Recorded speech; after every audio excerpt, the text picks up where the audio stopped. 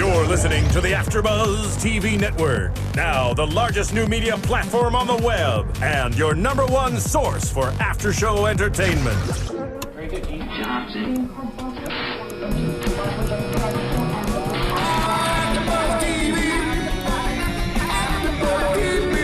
From the AFTERBUZZ Studios in Los Angeles, California, presented by Maria Menounos and streaming live thanks to Akamai Technologies, this is AFTERBUZZ TV's Attack on Titan After Show.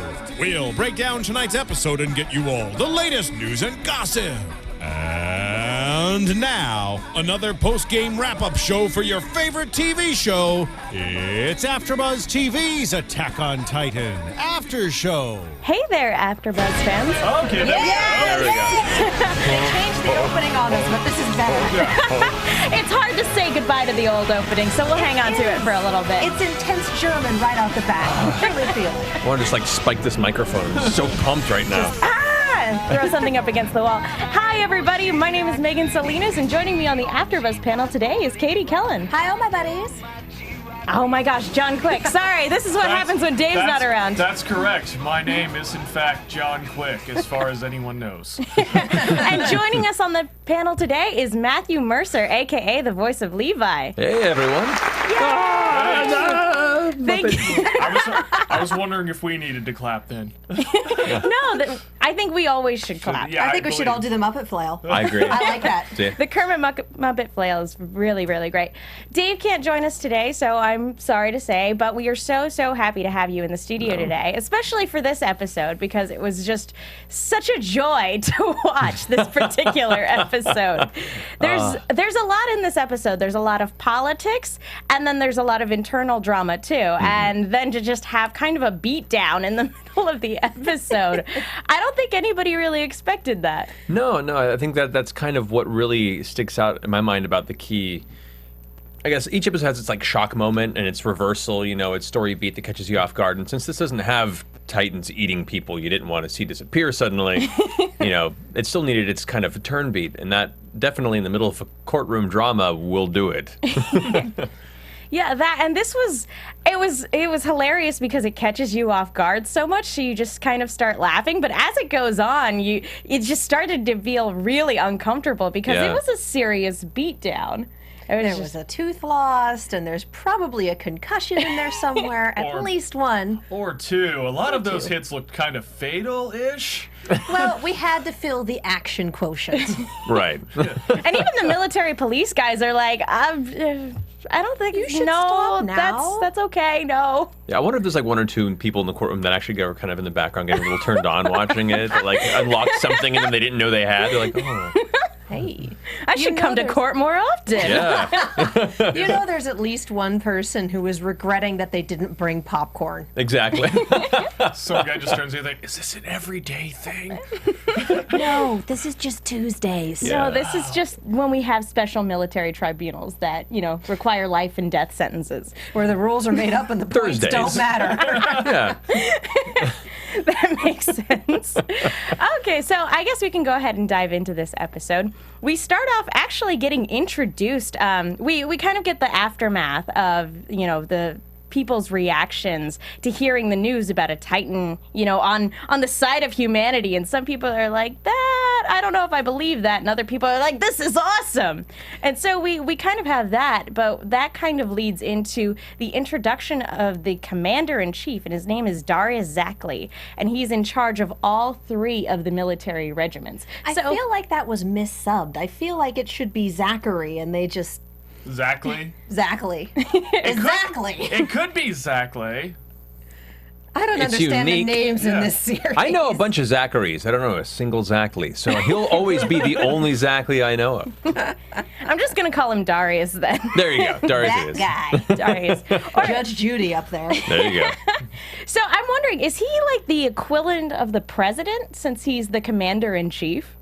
I know that there's a king, but would this be the prime minister then? I'm not quite sure. I feel like the commander of the armed forces. Yeah, maybe like Not the war quite minister or something like that. Yeah. Not quite the president, but the step down. Okay, I just hear Commander-in-Chief and being American. I'm like, oh, it's Mr. President. Well, obviously, everything works like America. Despite mean it the fact that doesn't? this is probably post-apocalyptic Europe somewhere. Well, This is probably America in about 20 years, to be honest. yeah, no, that's Hunger Games. Oh, right. There we go. Well, I think technically in the old world hierarchy, like the king was in charge of everyone, but like of course there were different delegations. If someone was a duke, they were technically the one that was in the out in front, actually doing the commands of the king in military operations. So it's you could call him like an old school duke if Okay. you really wanted to. Okay, makes sense to me. All right, so basically he's in charge of the military then. And so we have him, and we kind of learn that he's going to be the one to kind of be the judge in this tribunal.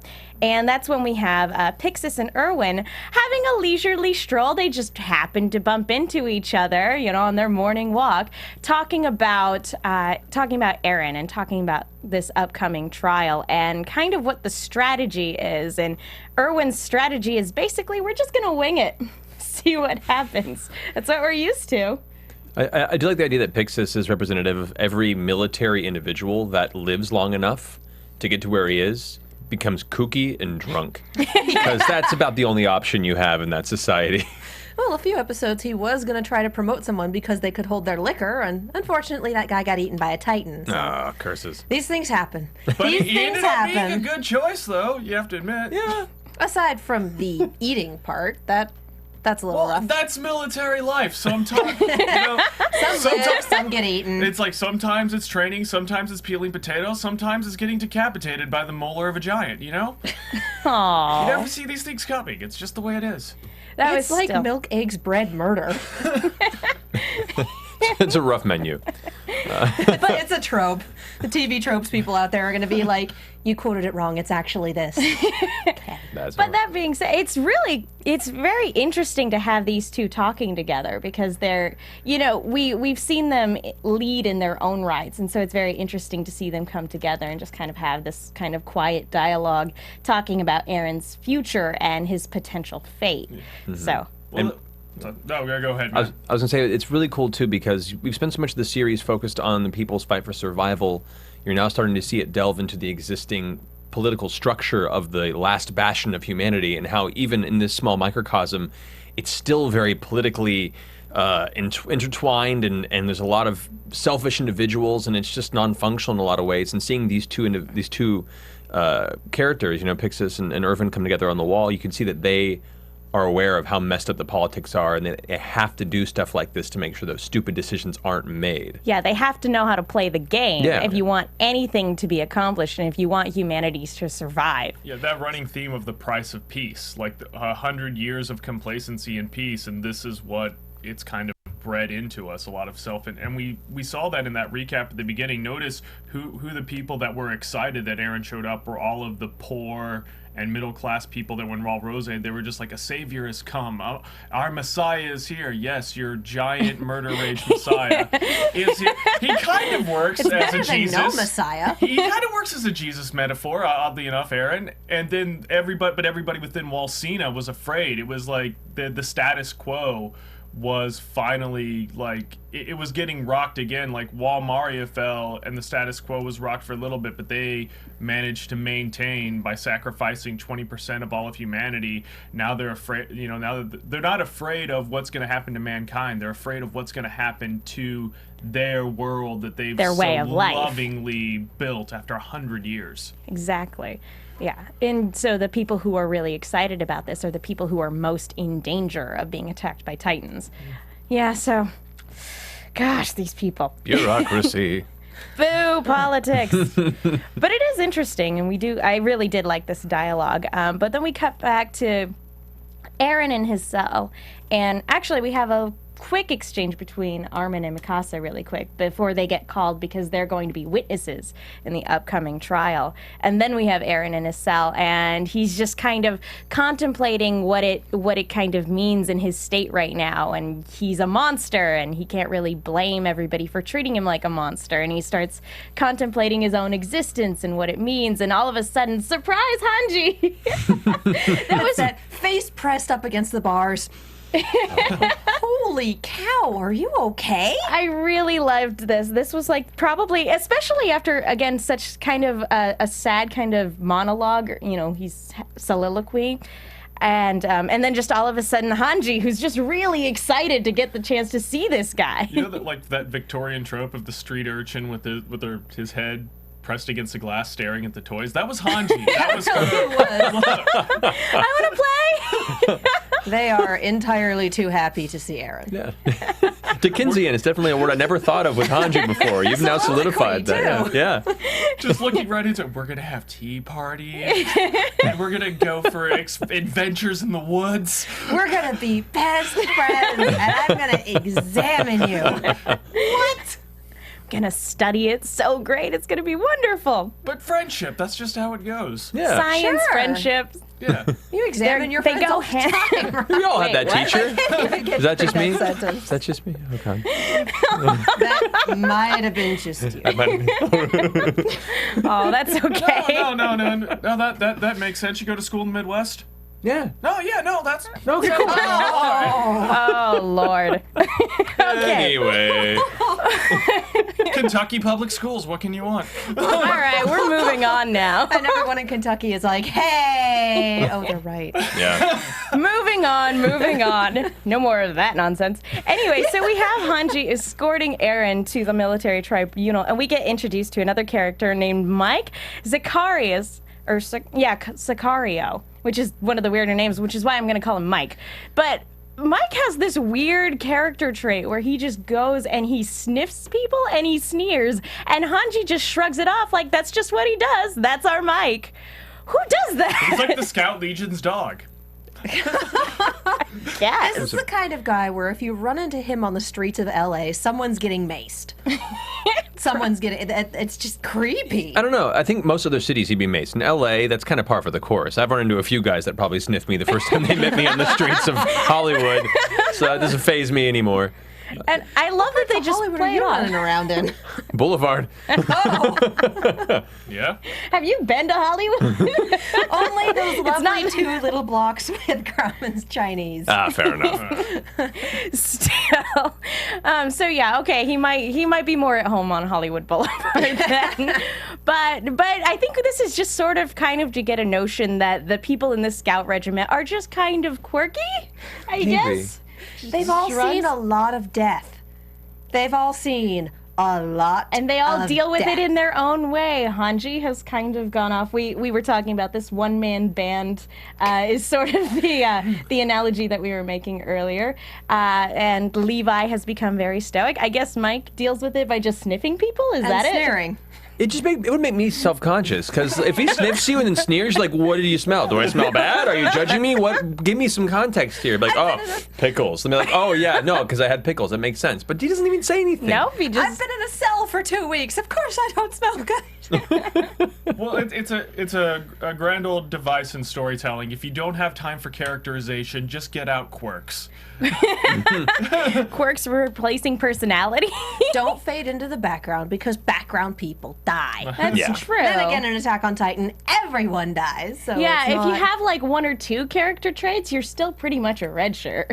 Yeah. Yeah. Everyone in this series is a red shirt. Our protagonist is a red shirt. That's true. He did die that one time. Remember that time when Eren died? That was Oh, yeah. weird. That's that crazy. happened. I mean, it didn't take, but Not for lack of trying. But anyway, so let's go ahead and they're on their way to the tribunal, and let's go ahead and start talking about this because we have a very interesting. We have Darius obviously being the judge, and then we have the military police and the scout regiment essentially fighting over what is going to become of Eren. And the military police are basically weighing for Eren to be killed and dissected and studied, but mostly killed. And We're gonna then murder him. and of course, the Scout Regiment wants to see what he can do. They want to use him as a weapon against the Titans. So, like, I guess what do you go with here? And it's really funny that the military police are saying, oh, we're going to do this and we're going to do this. And it's this long, drawn-out plan. We're going to examine him. We're going to do a thorough examination. We're going to do an autopsy. And then we're going to make him a martyr for all of the people who died so people can keep believing. And the scout regiment's just, we're going to induct him into the regiment and we're going to take back Walmaria. Yep. The Drop end. the mic. Like, do you have anything else to say? No. That's pretty much it. Yeah, even Darius was just like, Seriously? that it? You're just gonna have him punch big people? Okay. It sounds like a sound plan to Yeah. me. It was a mic drop, just I love the Irwin mic drop. It's kind of fantastic.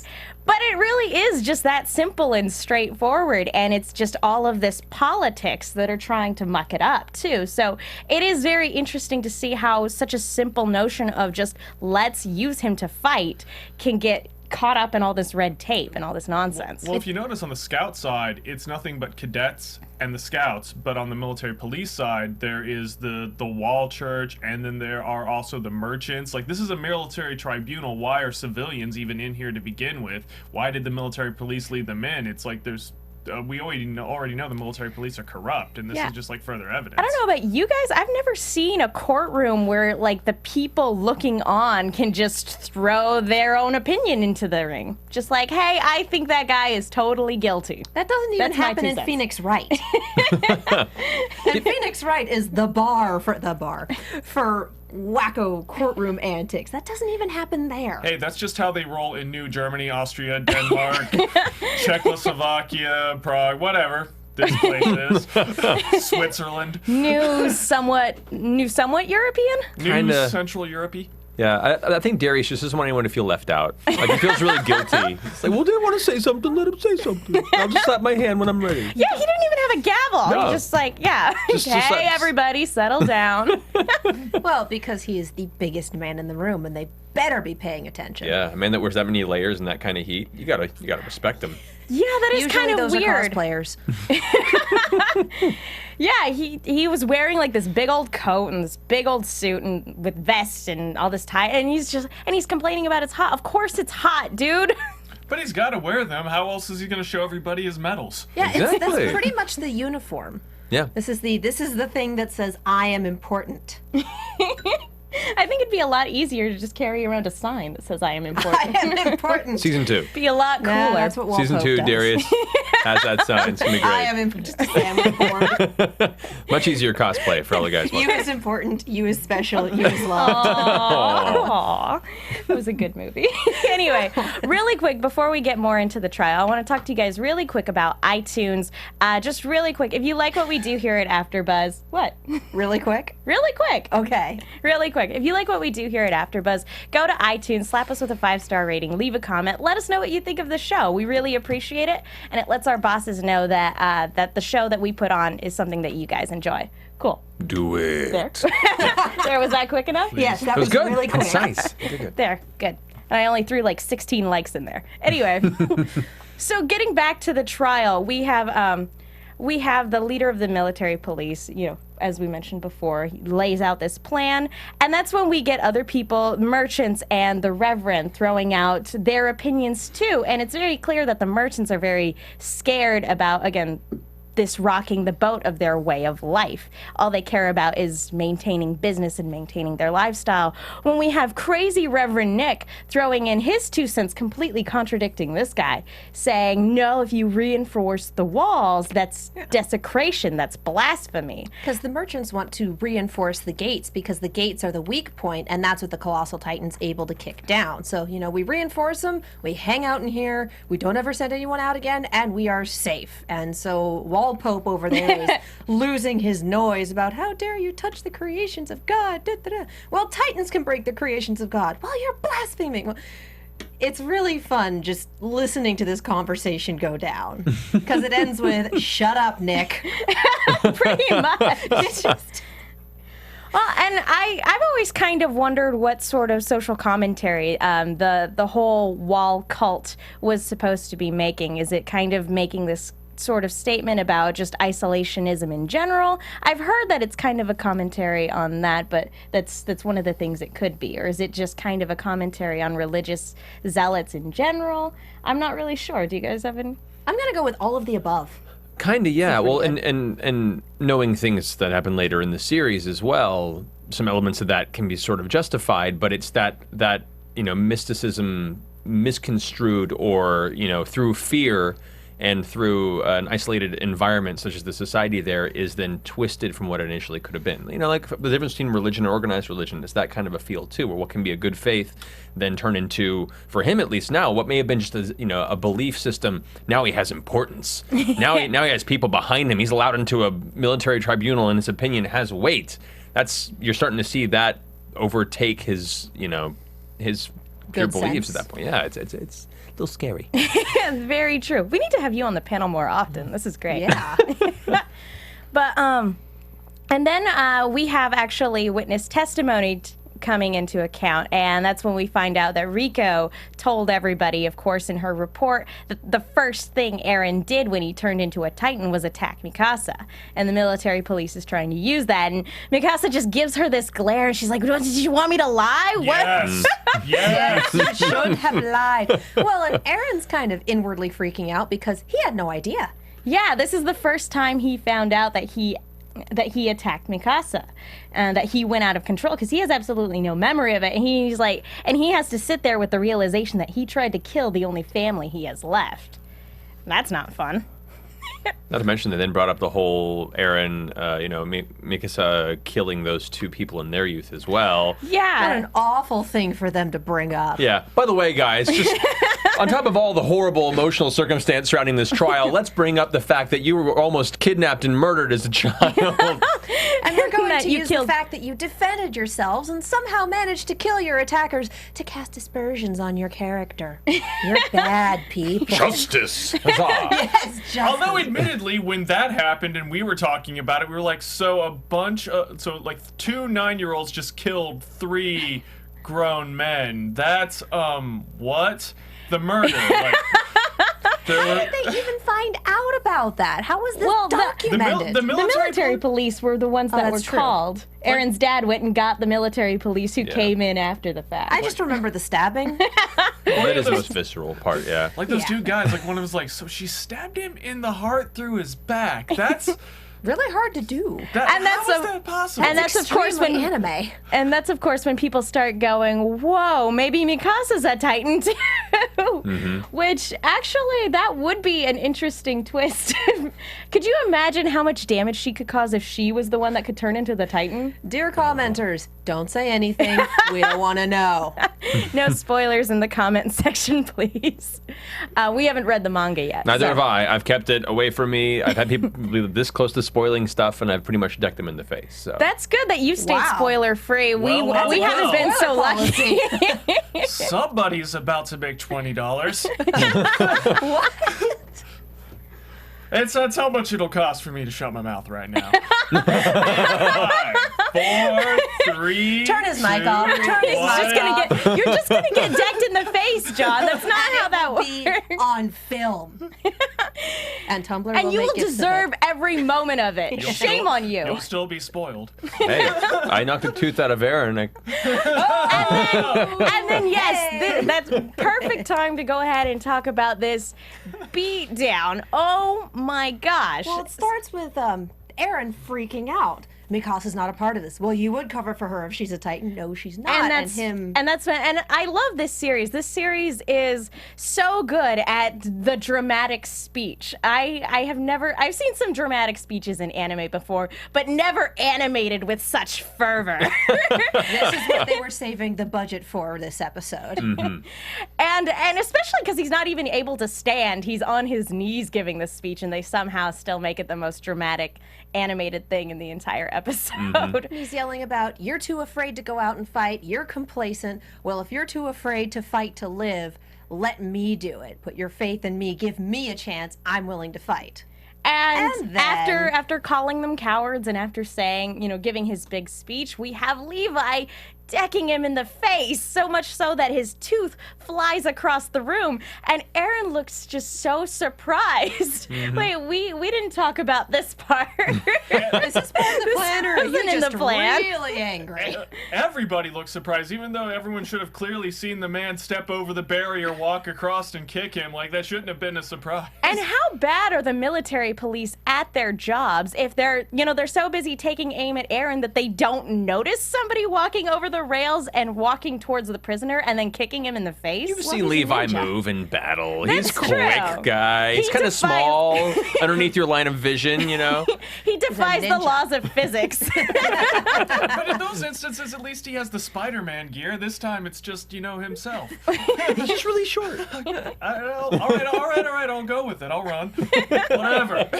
Go with it because it gives us the best part of this episode, which And is it Levi really was- what was- kicking the daylights out of him. Which What was it admittedly like we kind of wanted to do for a little while. Yeah. That's fair. lethargic. That's fair. But what was it like recording this particular part of this episode? Oh, it was fun. It was fun because it's, in a weird way, it's more so than any other point of Levi up to that point in the series asserting extreme dominance over somebody else in this very cold way. You get more of a look of him from his thuggish years. You get this feeling of, okay, now I see why people respect and fear this man.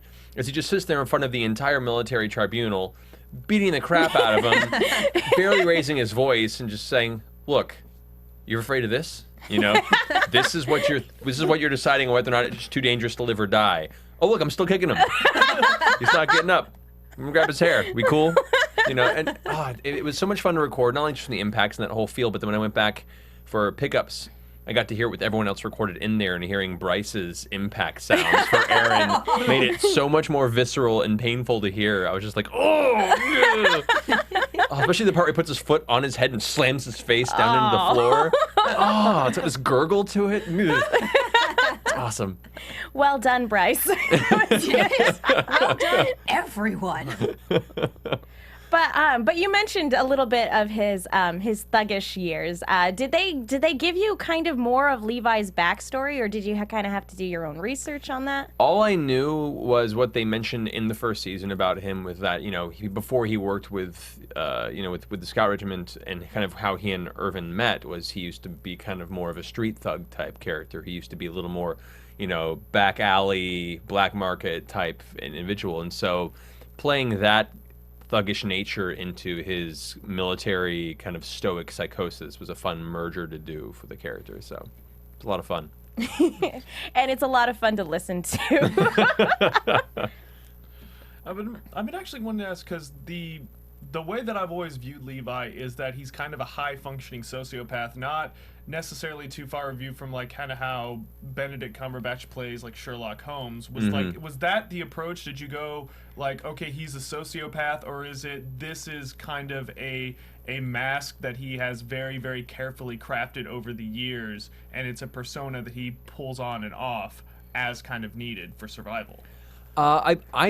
I don't see him as a full sociopath. I see that he, through his experiences, he's definitely kept his emotions in check and minimized them. You see bits of it peek through, like when one of his own soldiers dies, and I think it was in episode 9. Yeah. And I think he does genuinely have some element of emotive capability, but I think just from the things he's done, the things that he's had to force himself to do, and the things that he's witnessed from everyone who he's cared for underneath him just dying so easily, it's dulled those receptors to emotional contact. So I think he's built himself to be a sociopath as a defense mechanism more than he was born that way. Okay. That makes sense. Yeah, and he actually does seem to have a lot of compassion there. It doesn't always come out, but when it does, it is actually very moving. That episode, a couple episodes back, when that soldier did die, that was a very moving scene. And not to spoil anything, but later on in the series, we see that he does deeply care about people.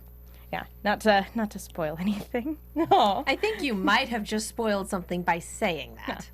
But no, he does care about people. And you didn't even try to blackmail anybody. Come on, Megan. You gotta get with the program.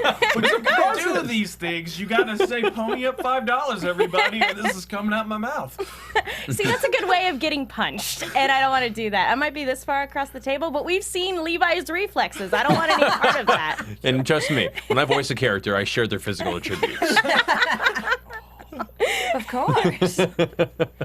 But Anyway, so that basically Erwin asserts, to get back to the tribunal, Erwin basically asserts the proposal, look, we'll put him under Levi's command, and because clearly Levi will be able to kill him if he goes out of line, and our plan is to exit the wall, and we will go and take the Shinganshina district, and we will go and I don't think we get into the minutia of their plan, but their plan is to basically go out and test Eren's abilities to see if he can be useful to mankind. Notice what a key factor that was missing in that nice little speech. He didn't mention the basement. He didn't mention Dr. Yeager. No, at they all. didn't mention Of the course key not. or anything, Yeah. which is probably for the best.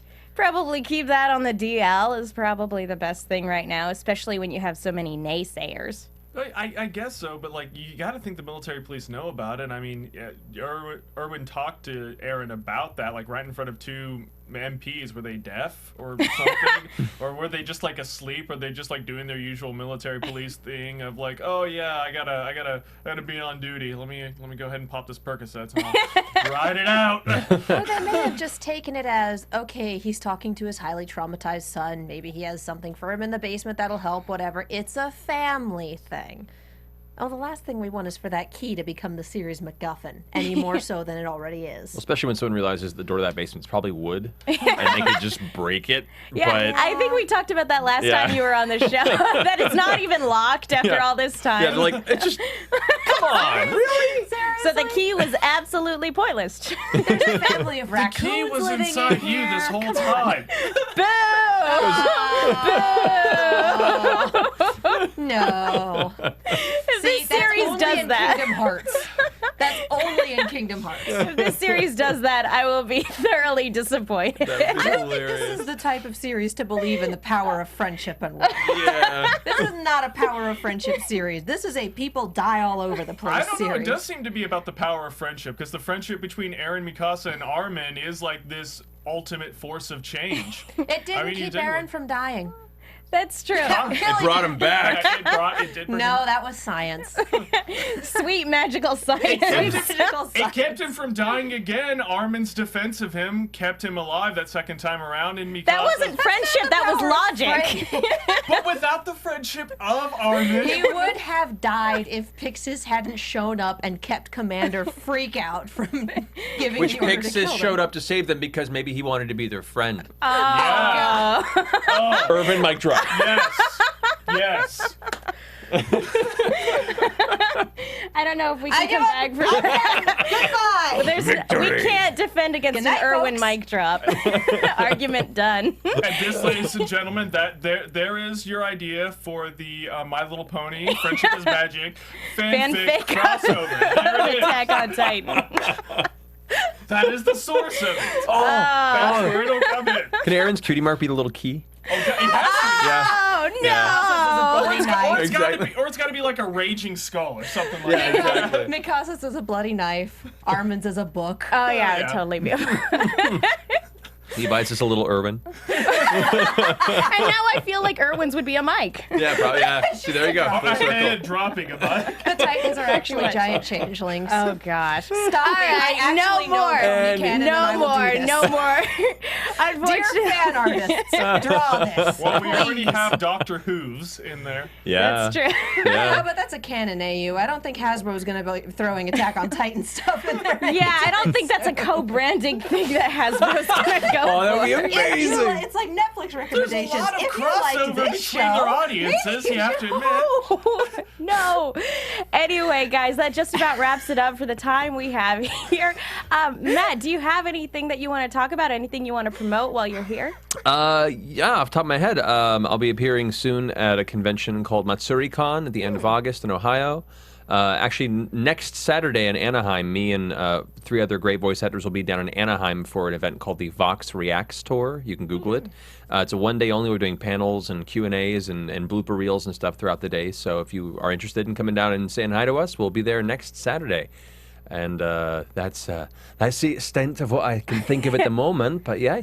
Oh, and Muzzled the Musical made its goal. It did, indeed. Our Kickstarter was successful. We're currently in pre-production, getting scripts finalized, and beginning to get all that wondrous costume and prop construction into the four-way. So it's been great. Thank you all who supported us. We're really excited to get that grooving and get you the episodes as soon as possible. So yeah, I'm really excited All right. for that.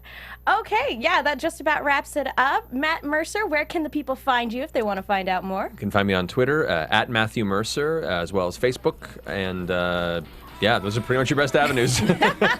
John Quick, And they can find me on Twitter at @NowQuick and also on the Legend of Korra panel. Katie, You can find me on Twitter and Tumblr at Kiaxet, that's Kiaxet. I am also on the Sword Art Online, Legend of Korra, and biweekly Ruby panel. you can follow Dave on Twitter at the Dave Klein. If I could talk today. Klein. And you can follow me on Twitter at the Menguin. That's TheMenguin. Thank you guys so much for tuning into the Attack on Titan panel. Thank you, Matthew Mercer, for Thank joining you us for today. having me. We will see you guys next time. Bye. From executive producers Maria Menounos, Kevin Undergaro, Phil Svitek, and the entire AfterBuzz TV staff, we would like to thank you for listening to the AfterBuzz TV network. To watch or listen to other after shows and post comments or questions, be sure to visit AfterBuzzTV.com. I'm Sir Richard Wentworth, and this has been a presentation of AfterBuzz TV. Buzz See you later. The views expressed herein are those of the hosts only and do not necessarily reflect the views of AfterBuzz TV or its owners or principals.